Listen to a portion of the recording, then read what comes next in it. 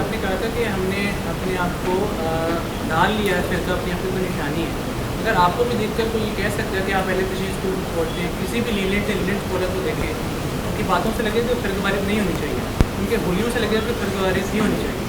اس کے بارے میں ہم کیا کہیں گے؟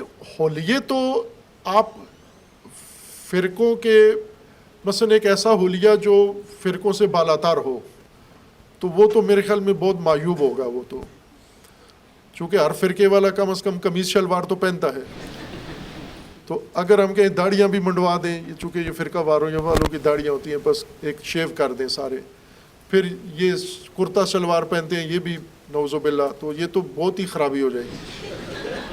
تو ہمیں ان کو ہولیوں سمیت، ہولیہ نہیں ہے فرقہ واریت کا. اگر واقعا ملتا ہے یہ تاثر کسی فرقہ واریت کا، فرقے کا یا مسلک کا تاثر ملتا ہے، وہ فرقہ واریت نہیں ہے. بس فرض کریں میں نے امامہ پہنا ہوا ہے تو آپ کو دیکھ کے لگتا ہے شیعہ ہے.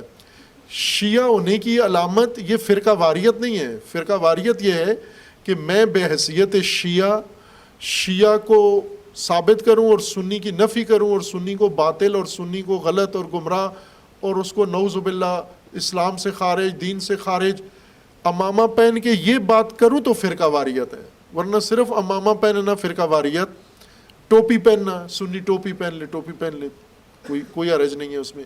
جو بھی لباس جو پہنتا ہے، جو حلیہ بناتا ہے بنائے، وہ فرقہ واریت نہیں ہے. فرقہ واریت یہ ہے کہ جب آپ کسی بھی ایسی چیز سے تاثر دیتے ہو دوسروں کی نفی کا، دوسروں کو دین سے خارج کرنے کا، تکفیریت کا، یہ فرقہ واریت.